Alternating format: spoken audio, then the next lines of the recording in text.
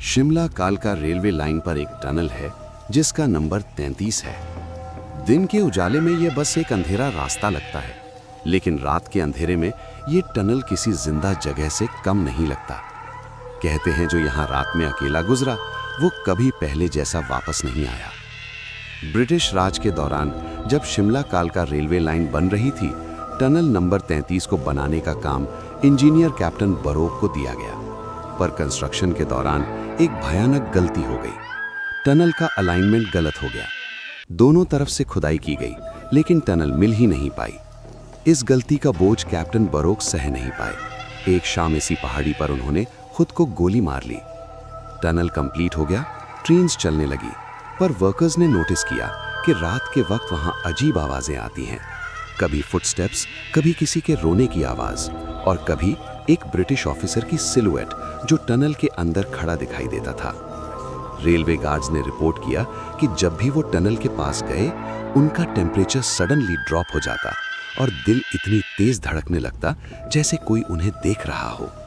एक रात railway worker Ramesh Singh को ड्यूटी दी गई टनल के अंदर इंस्पेक्शन की। टॉर्च हाथ में लेकर जैसे ही वो टनल के बीच तक पहुंचा, उसने देखा एक आदमी ब्रिटिश यूनिफॉर्म में खड़ा है। पहले उसे लगा कोई टूरिस्ट होगा। रमेश ने आवाज लगाई, लेकिन सामने वाले ने जवाब नहीं दिया, बस धीरे धीरे उसकी तरफ चलने लगा, बिना जमीन को छुए। रमेश की टॉर्च गिर गई और जैसे ही लाइट बंद हुई, उसे किसी के कान के पास फुसफुसाहट सुनाई दी। ये टनल मेरी गलती का बोझ है और यहां से कोई जिंदा नहीं जाता। रमेश बेहोश हो गया। सुबह जब उसे टनल के बाहर पाया गया तो उसके बाल सफेद हो चुके थे और वो एक ही बात बोल रहा था, वो यहीं हैं, वो यहीं हैं। जब डॉक्टर्स ने उससे पूछा क्या देखा, तो उसने सिर्फ एक ही जवाब दिया, मैंने कैप्टन बरोक की आत्मा देखी, लेकिन वो अकेला नहीं था।